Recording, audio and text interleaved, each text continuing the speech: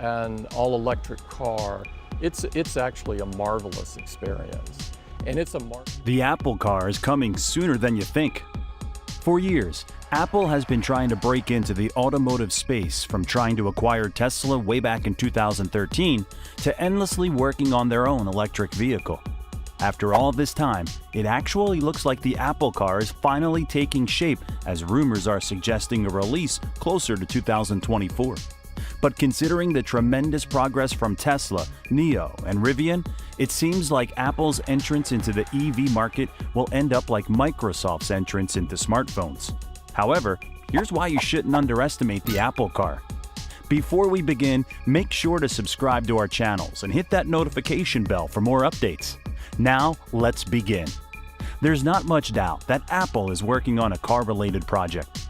Details are small and fleeting, but whether it's self-driving software or a full-blown vehicle, the rumored to be dubbed iCar or Apple Titan is definitely in the works. And every day I sort of ask myself, it was Dr. King's quote that said, Back in 2015, rumors began circulating that Apple was working on a full-on car that would give Tesla a run for its money. From this to the slew of sensor and camera-equipped cars driving around California that were registered to Apple, the anticipation for Apple's take on the vehicle industry began to seem real. We ask ourselves, what kind of world do we want to live in? 2 years later, There was even a Bloomberg interview with CEO Tim Cook in June of 2017 that affirmed the rumors Apple was developing some sort of autonomous driving platform. Fast forward to May of 2018, when it surfaced that Apple and VW are going to work together on not an autonomous car for the masses, but rather a self-driving vehicle for its employees to be transported to work.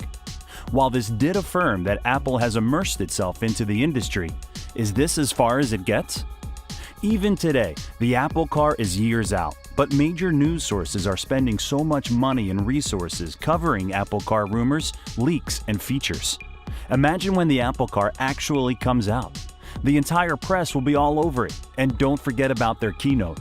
The keynote will likely end up trending on YouTube, and it'll get pushed all throughout social media. Considering this, Apple doesn't have to worry about informing customers about the car. This, however, is not the case with competitors like Lucid, Rivian, and Fuel Cell. Aside from a massive marketing reach, Apple also has extremely deep pockets. As of January, Apple was holding $195.57 billion in cash. Self-driving cars, but also the electrification piece. If you've driven, so they can easily afford to fully develop their self-driving technology before releasing it to the public. While Tesla's autopilot software is awesome, it definitely has its issues, and that's to be expected as it's just beta software. Apple, however, will refuse to launch self-driving software until they get it nearly perfect, and they can afford to do this as well. Something else to keep in mind is that Apple has access to the best talent in the world, just like Tesla. Not only is Apple an extremely desirable company to work for many, but they also pay exuberant amounts of money. For instance, software engineers at Apple earn between $170,000 and $681,000 per year in total compensation. This isn't to say that the work these individuals do is worth this amount of money per se. Rather, rich tech companies like Apple, Google, and Facebook love to offer salaries that are far above the industry standard. This way, they can attract the best employees possible and subsequently set super high expectations for their employees to meet. With that being said, Apple won't have trouble hiring the best AI and machine learning developers out there. In fact, they'll probably lure a lot from Tesla, as they have been doing for the past several years. As a result, it's very likely that Apple will offer a super refined autonomous car from day one. After all, their company motto is, "It just works." I suspect many luxury consumers will appreciate this refined offering and will choose the Apple Car over the competition for this reason. Moving on, another major advantage that only Apple has is their ecosystem. The Apple ecosystem is one of the most popular in the world. Many people own iPhones, Apple Watches, AirPods, and MacBooks because these devices work together so well. Most modern cars do support Apple CarPlay, but I'm sure the infotainment system that is included with the Apple Car will be multiples ahead of CarPlay. We might even see Apple create a brand new software suite for the Apple Car with its own App Store and everything. This might allow users to play games and watch YouTube videos while their car is charging. Also, people in the Apple ecosystem not only own a bunch of Apple products, but they are often also subscribed to many of Apple's services, from Apple Music and Apple TV to iCloud and Apple Arcade. I'm quite certain that Apple's going to nail the integration between the Apple Car and their various devices and services. As a result, many will be willing to pay the Apple tax just for the better seamless experience. Take AirPods, for instance. Wireless headphones aren't exactly revolutionary, and you can get similar sound quality from wireless headphones that are nearly half the price. However, AirPods are by far the most popular choice because 1, they're fashionable and they're from Apple, and 2, they work so well with Apple devices. This simple principle will likely draw tens of thousands of customers to the Apple Car every year. Along the lines of the Apple ecosystem, we also have Apple's design language.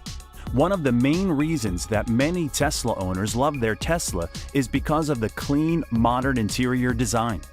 The design language of Tesla is often compared to Apple, and it's very possible that Tesla really was inspired by Apple in terms of design. But what happens when Apple themselves enter the car market? At that point, we would get authentic Apple design in cars, which may attract many. Next up, we have manufacturing. One of the hardest parts of growing an EV business is scalping up manufacturing. But Apple isn't going to be manufacturing their cars themselves. Instead, they're going to be relying on an actual automaker to manufacture their cars. There were rumors that Apple was going to team up with Hyundai, which is a questionable move. But that rumor has since fallen apart. Since then, we also saw rumors that Apple was networking with Nissan, but these too have fizzled out. Ideally, I think Apple should work with a German manufacturer like Mercedes or BMW to stay in line with their branding. But whoever they choose to work with, one thing that's clear is that Apple is not going to be making manufacturing themselves, so they can easily cut past most of the significant challenges involved with scaling EV manufacturing. Moreover, as we discussed at the beginning, Apple is simply looking to be a niche player, so I don't think they're looking to make more than a few 100,000 cars per year. Maybe they'll eventually get to 1 or 2 million annually, but they're by no means aiming for 10 million cars per year. Thus, they shouldn't have too many scaling problems to begin with. Anyway, another reason you shouldn't underestimate the Apple Car is because Apple is taking it extremely seriously. Apple Insider has reported that Apple has over 1,000 people working on the car. This includes key players like NVIDIA's former AI leaders and Tesla's former vice presidents. It even seems like Jony Ive has played a significant role in the project before he left Apple. On top of all this, Apple has also been making several large land purchases, which is assumed to be for autonomous software testing. In the end, all of the advantages we have discussed so far indicates that Apple will be coming out with a super refined car that is quite practical. This is all great and all, but there is one more major opportunity that Apple is likely looking to take full advantage of, which is a void in the luxury EV/AV market. You see, Tesla is looking to exit the consumer car market as soon as they're able to get their self-driving technology approved by the government for robo-taxi use. The Tesla Model S, which is likely the closest to the Apple Car, will go from costing $70,000 to $80,000 to $170,000 to $180,000. And this is precisely what Apple is targeting. Originally, rumors suggested that Apple was looking to get into the robo-taxi market as well. But now, rumors are suggesting that Apple is targeting private use. Well, some might check out offerings from Audi and Mercedes. However, in this scenario, a $75,000 Apple Car seems like a perfect choice for these customers. And I think this is where Apple can really win in the car market. At the end of the day, while it may seem like Apple is entering the EV/AV space late, we have to keep in mind that the automotive industry is massive and that there are no dominating players in the market. Even Toyota only controls a mere 10.24% of the industry, and everyone else only controls single-digit percentages. So it's not like the e-commerce space where one company controls 50% or anything like that. On top of this, the automotive industry is currently undergoing a radical shift towards electric and autonomous vehicles.